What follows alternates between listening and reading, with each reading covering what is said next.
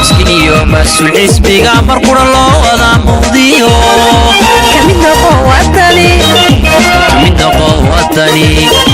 كمين قوتني كمين قوتني xisbiga mucaaradka ee wadani ayaa saaka si weyn isugu soo baxay xarunta gobolka Saaxil ee magaalada Berbera maanta oo ahayd maalintii shanaad ee xisbiga mucaaradka ee wadani uu lahaa ololaha doorashooyinka madaxtinimo ee dalkan Jamhuuriyadda Soomaaliland loogu diyaar garoobayo ee la filayo maalmaha soo socda inay ka qabsoonto guud ahaan dalkan Soomaaliland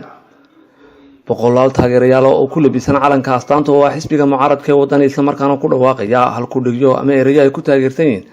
xisbiga mucaaradka ee wadani ayaa isugu yimi fagaaraha 26 Juun ee magaalada Berbera halkaas oo ay kala hadleen mas'uuliyiin aad u tiro badan oo isugu jira hoggaanka sare ee xisbiga mucaaradka ee wadani iyo heer gobol waxaanay u dhacday sida tan wuxuu yidhi hooyadan maxaad ku ogeyd in dhala'aan dad cumay ku dartay buu dadkay cuntaa kulmiye maamul xumaduu keenay iyo musuqmaasuqii wuxuu hadda ku khatimayaa been iyo waxaan jirin inuu bulshada la dhex wareego xisbiga kulmiye dhibaatooyinka wado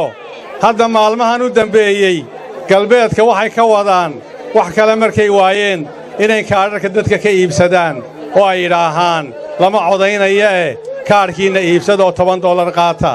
shalay iyo daraad waxay bilaabeen inay raashin qaybiyaan oo ay dadweynaha masaakiintaa ku yidhaahaan kaadhka keen raashin baan ku siinanaaye wuxuu noqday xisbigii markii hore maamul xumuu keenay imigana wuxuu keenay intuu dhaafay xisbi shaydaan xisbi fasahaad buu noqday waddankuu fasahaadinayaa waxaan anigu ku soo gaabinayaa maalinta kulmiye ololaha leeyahay cadaalad darro intuu ka qabo iskuullada ayaa dhammaantood la fasaxaa halkaa waxaa carruurtii ku dhaaftay 150 xiisadood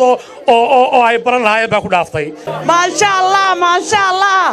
farteenna yaale xusbiga kulmiye dalkan iyo dadkanba isagaa cunay xusbiga kulmiye farteena ma ku ridna reer saaxilow sadalaydka $2 milyan ayaa miisaaniyadda loogu daray 3 milyanna walbaan kaa bixiyey saylixii wuxuu ahaa ninkii maasoor xafladda ku qabtay ee yidhi layr dabiiciya oo dabaysha laga dhalinayaa baan idinku beddelayaa 5 milyanna wuu qaatay wakii baynu xadsiinaa maanta waxaynu maraynaa wax yar baa inoo hadhay intii waraabihii aan maalintiina weji sheegaayey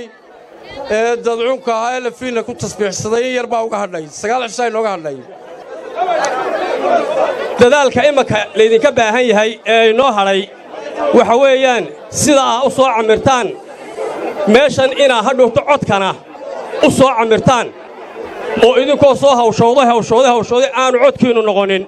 mid baaqda guud ahaanba waxaa si weyn looga dareemay